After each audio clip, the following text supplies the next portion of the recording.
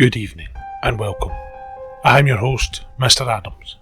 Tonight's video will be somewhat similar to my previous video on the Gurning Man.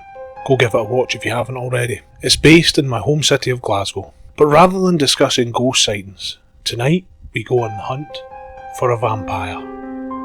The Gorbals Vampire, to be precise. So let's begin. September 1954. News begins to spread among the children in the Gorbals area of Glasgow about a monster lurking in the darkness, waiting and watching for its next victim. The evil in question was rumoured to be a 7-foot tall vampire who had iron teeth. Having already claimed the lives of 2 local children, it wouldn't be long before it would claim another. Several of the children went to their parents to explain their fears, but they were ignored and told it was just a silly tale with a clip round the ear for being stupid. This, however, had the opposite effect from what the parents had wanted.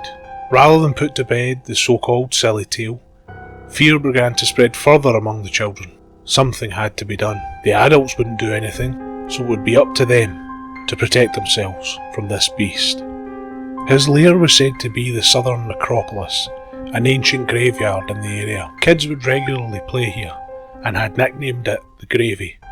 The graveyard provided the perfect stage for a vampire story to take root, with the noise and light from the nearby ironworks casting spooky shadows across the graves in which some 250,000 Glaswegians had been laid to rest.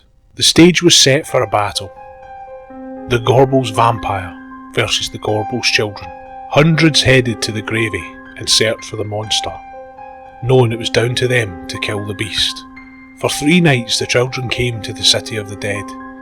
They carried knives, clubs and stakes, even a crucifix. 200 or more children came to the Gorbals necropolis. They were aged between 4 and 14. A few were just toddlers accompanied by older brothers on this terrifying hunt. There was a sense of excitement, a sense of danger. Some thought it thrilling, others were terrified. Most set with a grim determination of what had to be done. They said they were ready, they knew they were ready to hunt and kill the vampire. Tam Smith was a 7-year-old schoolboy at the time. He recalled the scene in a newspaper interview. The walls were lined with people. We ventured through the gatehouse and there were loads of kids in there, some wandering around, some sitting on walls. There were a lot of dogs too, and mum and dads with kids. We found a place to stand out of the way because there were so many people there.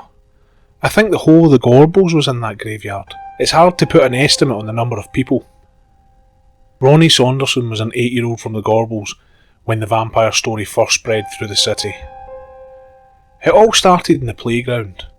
The word was that there was a vampire and everyone was going to head out there after school. At 3 o'clock the school emptied and everyone made a beeline for it. We sat there for ages on the wall waiting and waiting. I wouldn't go in because it was a bit scary for me. I think someone saw someone wandering around and the cry went up, "There's the vampire!" That was it. That was the word to get off the wall quickly and get away from it. I just remember scampering home to my mother. "What's the matter with you?" "I've seen a vampire," and I got a clout round the ear for the trouble. I didn't really know what a vampire was. So on the 23rd of September, Police Constable Alex Deeprose was called to the disturbance at the Gorbals City of the Dead. PC Deeprose was shocked on arrival to find up to 200 kids roaming the graves looking for signs of a vampire. At first he thought the children were joking, but when they begged him to help find the vampire and drive a stake through its heart, he realised this was no joke. Finally, however, it came to an end after the police intervention, and the hunt was over. The local media became involved as the story of hundreds of children on the hunt for a vampire spread across Glasgow. The days following, the children were reprimanded at their schools for their hunt. An investigation was started to find out what had really caused this mass hysteria. Several factors were thought to be at play. A local legend, which went something along the lines of this: Jenny with the iron teeth, so meaning Jenny with the iron teeth, come and take the bairn, come and take the child. Take him to your den, where the bogey bides, where the bogey lives, so where she lives. But first put baith, so first put both, your big teeth in his plump wee sides.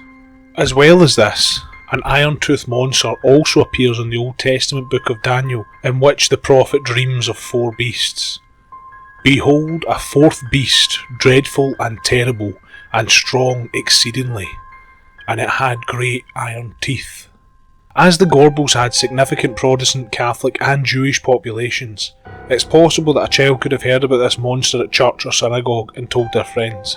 Aided by vivid imaginations and rapidly spreading whispers, youngsters could have transformed this biblical beast into the Gorbals Vampire, perhaps augmenting it with bits of Scottish folklore. But the blame was truly pinned on the comics. It turned out that one had featured a monster similar to the Gorbals Vampire. A 1953 issue of Dark Mysteries had included a story called The Vampire with the Iron Teeth.